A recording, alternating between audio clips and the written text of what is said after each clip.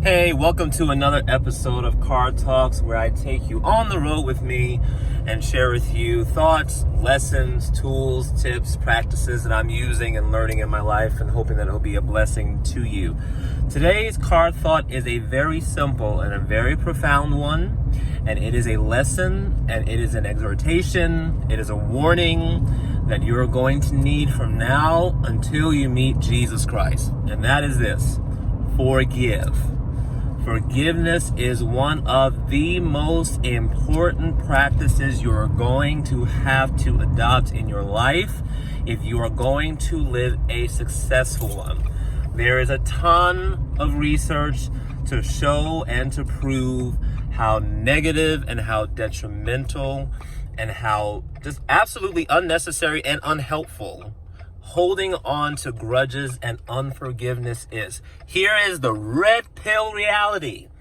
As much as I would love to tell you that it wasn't so and that it's not the case, it is the case, and deep down you know that it is the case, and that's this: people will do things.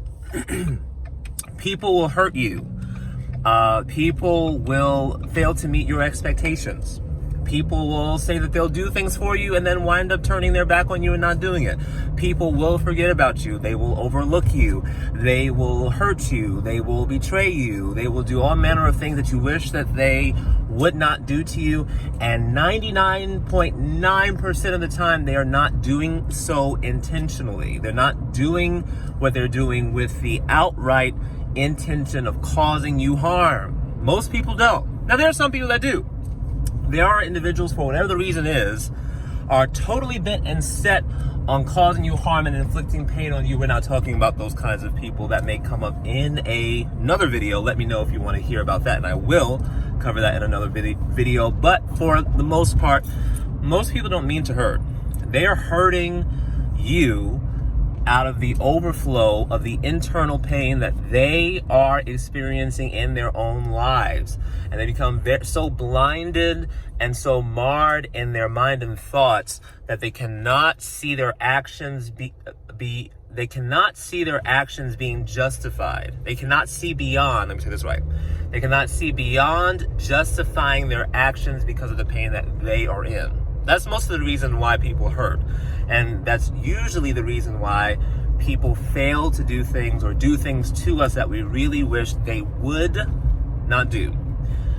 Unforgiveness, however, is not the answer. There is a place for confrontation. There is a place for having hard talks.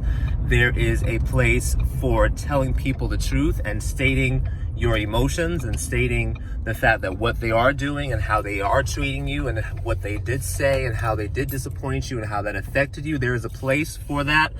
Unforgiveness is never the answer. It's not good for your health. It's not good for your skin. It sends off a very negative energy around you that causes people to not want to be bothered with you at all. And it's just all the while just really not a good thing to do. Do not practice unforgiveness. Practice forgiveness on the small things. Practice forgiveness when your husband and wife forgets to load the dishwasher or forgets to start the dishwasher, as the case may be. Practice forgiveness with the person that cuts in front of you in line or on the road. I live in Oklahoma, so I have tremendous opportunity to practice forgiveness in that regard. Practice forgiveness in the little areas.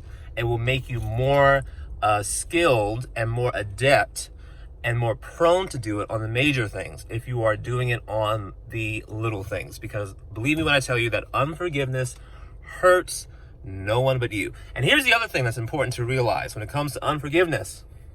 Unforgiveness does not exempt the person from the consequences of their behavior, nor does it deny the fact that the person's behavior is wrong or deserves consequences that are not positive.